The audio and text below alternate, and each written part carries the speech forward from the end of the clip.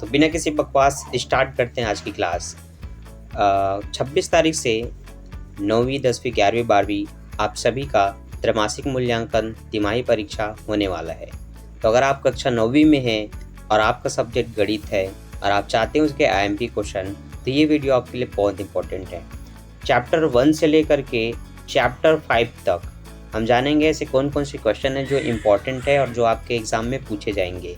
कौन से प्रश्न 6 नंबर के होंगे, कौन से प्रश्न 4 नंबर के, कौन से 5 नंबर के, कौन से 2 नंबर के, कौन से 1 नंबर के, सब कुछ जानेंगे इस वीडियो में। तो अगर आप भी चाहते हैं शुरू से और अच्छे से सीखना, तो फिर वीडियो में एंड तक बने रहें। ठीक है, तो सबसे पहले 5 अध्याय ओपन कर लीजिए।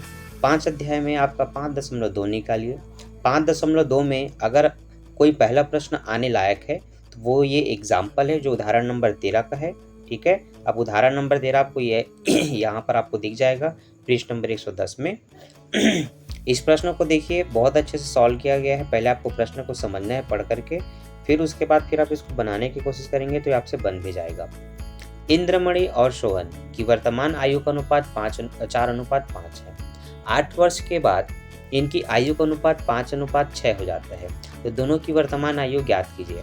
किसी व्यक्तियों का पहले का अनुपात कुछ और हो, कुछ वर्ष बाद कुछ और हो जाता है। ऐसे प्रश्न में करना क्या है, हमें नहीं पता कि वो संख्या कौन सी है ना, मतलब वो आयु क्या है। आयु का अनुपात पता है पर आयु नहीं पता। तो मान लेते हैं कि उनकी आयु x वर्ष है। कितने वर्ष है? x वर्ष है। उसमें इनके अनुपात का गुणा करेंगे तो वर्तमान आयु निकल जाएगी 4x और 5x। वर्तमान अनुपात में वर्तमान आपने जो आयु माना उसका गुणा करते हैं, तो इस तरह से आपको एक मान मिलता है। ठीक है, उसके बाद जितने वर्ष बाद बोला जाए उसको आप इसमें प्लस करते हैं। तो पहले आप इसको बटे के रूप में लिखेंगे इस तरह से, फिर आपको इस तरह से इसको प्लस में लिखना है। 8 वर्ष बाद कितना हो जाता है? 5/6 हो जाता है। तो ये 5/6 आपको इस तरह से रखना है। तो इनको इस रूप में लाना है, क्योंकि इस रूप में लाने के बाद ही आप प्रश्न को पूरा सॉल्व करेंगे। अब आपको तिर्यक गुणा करना है, तो इनके साथ गुणा होगा 6 का, तो 6 यहाँ आ जाएगा, और इनका गुणा 5 के साथ होगा तो ये 5x और 8 यहाँ आ जाएंगे। तो ये जो दूसरा स्टेप है आपको समझ में आया, ये जो जमा है ये यही है कि इसका गुणा इसके साथ और इसका गुणा इसके साथ। ठीक है, अब आगे देखिए।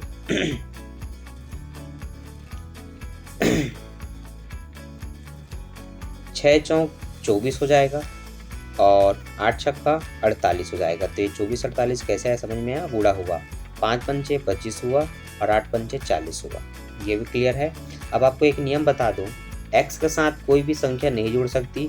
x वाला जुड़ता है, x वाले के साथ एक संख्या जुड़ेगा किसी भी एक संख्या के साथ। इसलिए यहाँ 24x है, यहाँ 25x है, इनको एक तरफ कर दो तो 25x यहाँ पर प्लस है।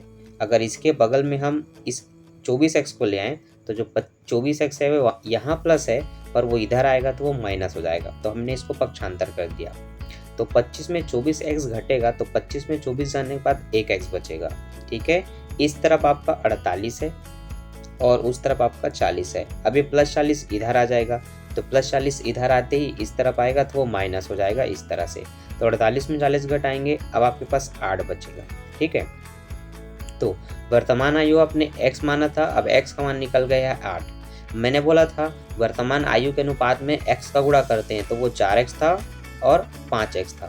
अब आप अपना फाइनल आंसर निकाल सकते हैं। किस तरह से, देखिए आपको पता चल गया x का मान, तो ये हमारा कंडीशन था 4x और 5x।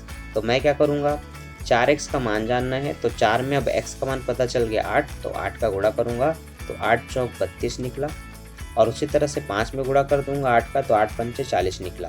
तो पहला व्यक्ति 32 वर्ष का है, दूसरा व्यक्ति 40 वर्ष का है। अब आपका आंसर यहाँ पर दिया हुआ है 32 और 40, जो कि आप देख सकते हैं। ठीक है, अच्छा 8 वर्ष बाद पूछा है क्या, 1 मिनट।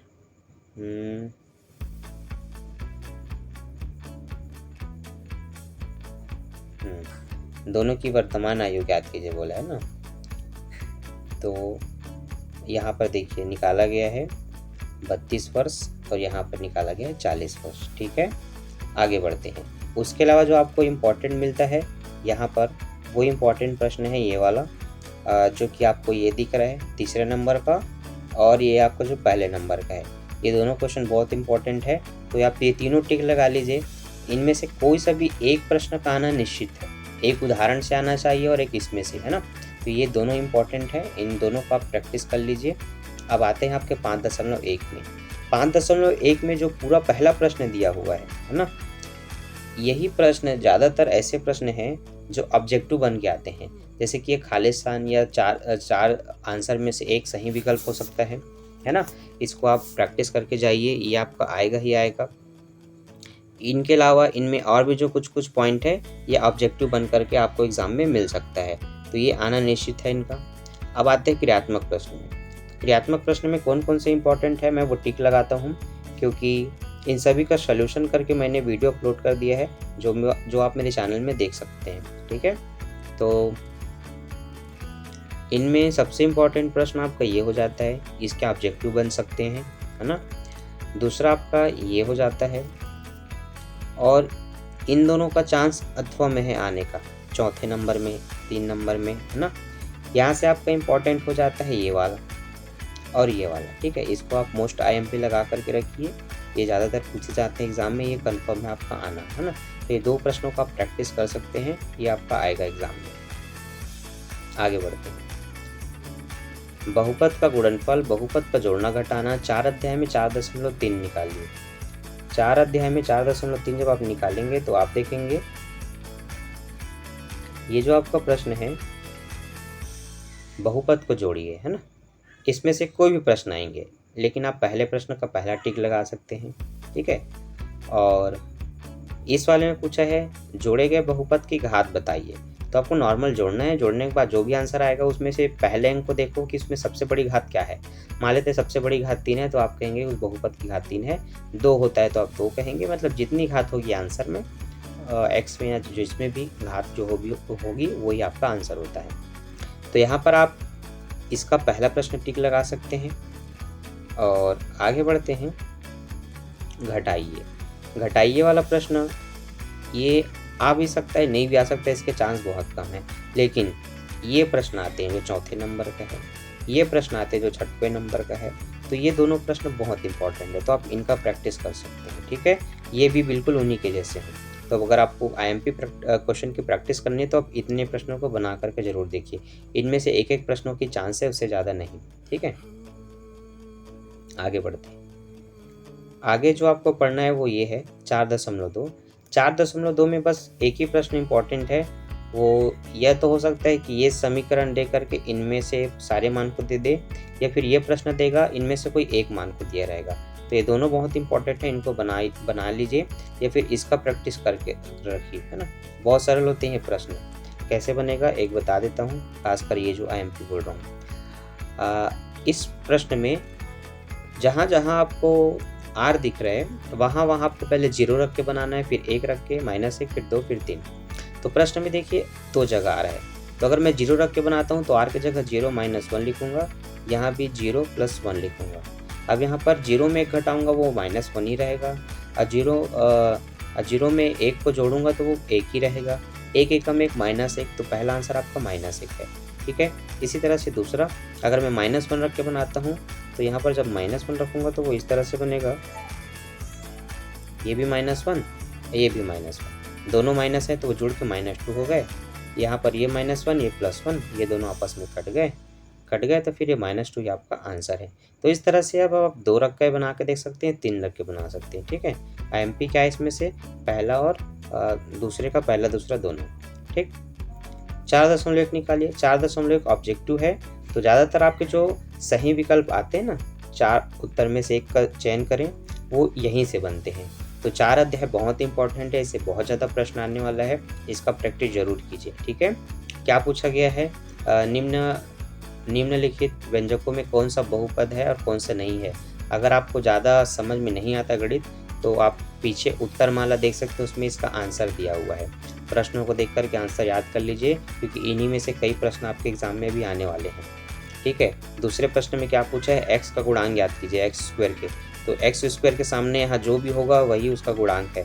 जैसे यहाँ पर x² के सामने 3 है, तो आप कहेंगे इसका गुणांक 3 है, इसका गुणांक 2 है, इसका गुणांक 3 है, इसका गुणांक 5 है, -5 है ना। तो ये आपका प्रश्न हुआ। आगे बढ़ते हैं।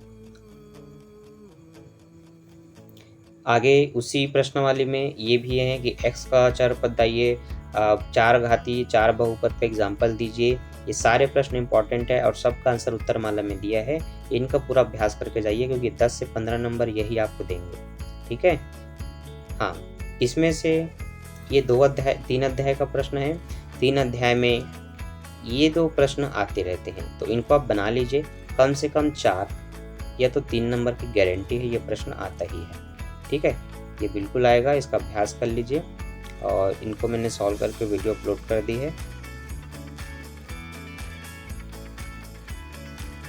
हाँ, अब आते हैं यहाँ पर IMP क्या है।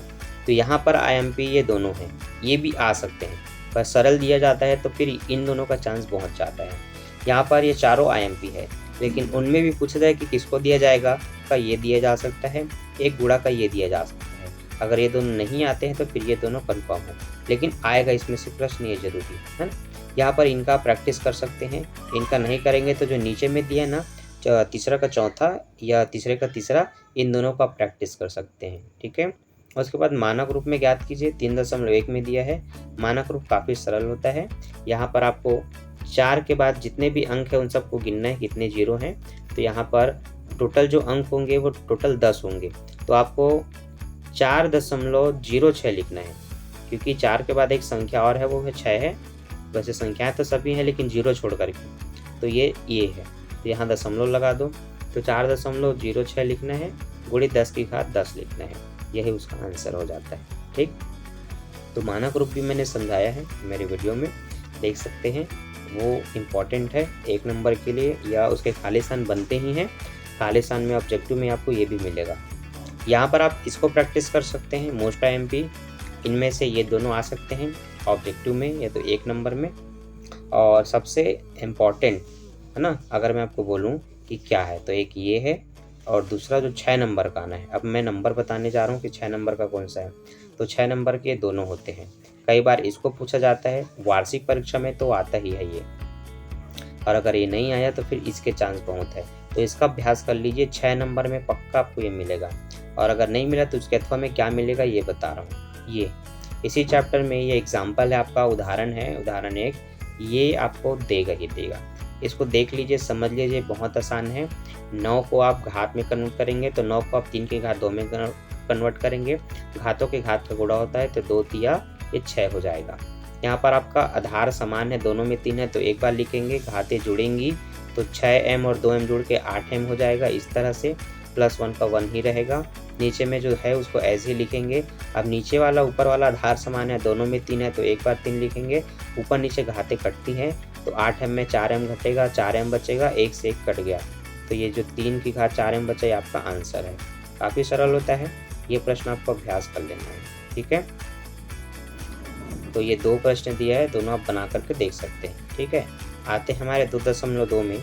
2.2 में जो IMP क्वेश्चन होते हैं वो तो एक ये होते हैं कि करणियों का गुणा वाला दिया जाता है, लेकिन मान लेते हैं किसी स्कूल में अगर वहाँ के बच्चे इन करणियों के क्वेश्चन को ज़्यादा नहीं समझे तो टीचर इनको नहीं देगा, वो इनको ज़रूर देगा। जैसे कि सिंपल घटाना, जोड़ना और दोनों को जोड़ना या दोनों को आपस में घटाना, है ना। और इसमें से जो IMP या बड़े क्वेश्चन होते हैं या जो ज़्यादातर पूछे जाते हैं 2-3 नंबरों में, तो वो होता है हरों का परिमेयकरण। इनको सभी स्कूलों में दिया जाता है, ये आते ही रहते हैं, प्राइवेट स्कूल में भी आते रहते हैं, तो इनका आप अभ्यास कर लीजिए। उसके बाद जो 6 नंबर का अगला जो प्रश्न होता है वो ये तो 8 नंबर का होता है, टफ लेवल पे देना चाहें तो, लेकिन थोड़ा सरल देना चाहें तो फिर ये आता ही है। ये कंफर्म है, आप देख सकते हैं आपके वार्षिक तिमाही मूल्यांकन में ये आएगा 6 नंबर का या तो फिर ये 2 नंबर का, लेकिन ये जो दूसरे नंबर का छठवा का पहला ये आता ही है। ठीक है, तो इन क्वेश्चनों का प्रैक्टिस कर लीजिए। अब आते हैं अगले हमारे 2, 3, 4 नंबर के प्रश्नों में, जहाँ पर ये आपको आता है, ये दिया जाता है, ये भी दिया जाएगा। ये थोड़ा कन्फ्यूजन भरा प्रश्न है, इसको भी दिया जाएगा, मतलब है सरल लेकिन कन्फ्यूज करने वाला है बच्चों को। उसके बाद जो अगला प्रश्न है वो ये है कि दशमलव में व्यक्त कीजिए इन संख्याओं को और इनको भिन्न में व्यक्त कीजिए। तो ये दोनों आते हैं, लगभग 2-2 प्रश्न आपसे आना तो चारों चाहिए, लेकिन कोई 2 पूछे जाने के फुल चांस होते हैं ना। उसमें से फिर ये प्रश्न आ सकते हैं। कई स्कूल में इसको नहीं पढ़ाते तो इसको नहीं भी पूछते, लेकिन जहाँ पढ़ाया जाता है उसको ये वाला ज़्यादातर प्रश्न आता ही है, 0.70 वाला।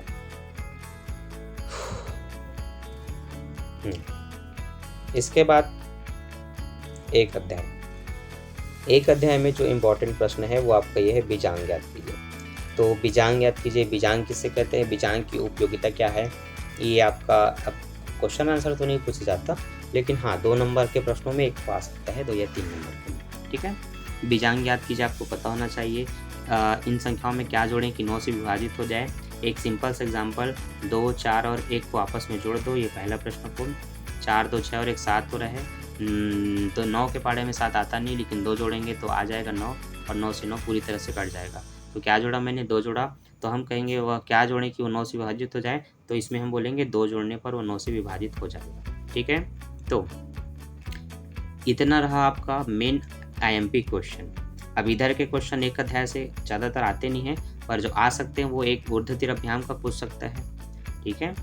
और फिर एक न्यूनयन का पूछ सकता है। एक न्यूनयन काफ़ी सरल होता है, जिसका वीडियो मैंने बना दिया है, डिस्क्रिप्शन में लिंक दिया है, आप जा कर के देख सकते हैं।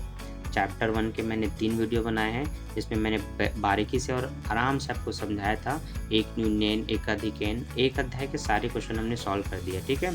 सूत्र विधि से हल कीजिए, ये तो पूछता ही है क्योंकि नॉर्मल सूत्र वाला है और ये आता ही है, इनका आपको प्रैक्टिस कर लेना है। अब इसके बाद फिर यहाँ पर आईएमपी क्वेश्चन ख़त्म, ठीक है। तो इन सारे प्रश्नों का अभ्यास कर लीजिए। अगर आपके स्कूल में आप 7-8 अध्याय तक पढ़े हैं और वहाँ तक आना है, तो फिर वो तो मैंने अभी कवर नहीं किया है, और अगर आपके स्कूल में पढ़ाया गया है तो आप मुझे कमेंट कर सकते हैं, ठीक है। तो अगर आपको बताए गए क्वेश्चन का सॉल्यूशन नहीं पता, अगर आप वो भी चाहते हैं तो आप कमेंट करें तो अगला जो वीडियो होगा वो इसी सभी आईएमपी प्रश्न का सॉल्यूशन होगा, जिसमें आपको समझाया जाएगा कि उनको सॉल्व कैसे करना है, ठीक है। तो आज के लिए बस इतना ही। अगर आप ऐसे ही अपने एग्ज़ाम से रिलेटेड इंपॉर्टेंट क्वेश्चन चाहते हैं, तिमाही में, छमाही में, वार्षिक में, या आने वाले किसी भी टेस्ट सीरीज़ में, सामान्य मूल्यांकन में, तो बिल्कुल आप मेरे चैनल को सब्सक्राइब कर सकते हैं और टाइम पर ऐसे वीडियो को देख सकते हैं, ठीक है। तो अभी के लिए बाय, थैंक्स फॉर वॉचिंग, मिलते हैं नेक्स्ट वीडियो में। बाय बाय बच्चों। वीडियो को दोस्तों के साथ शेयर ज़रूर करें, ताकि सभी बच्चे एग्ज़ाम में अच्छे नंबर से पास हो सकें। बाय बाय बच्चों।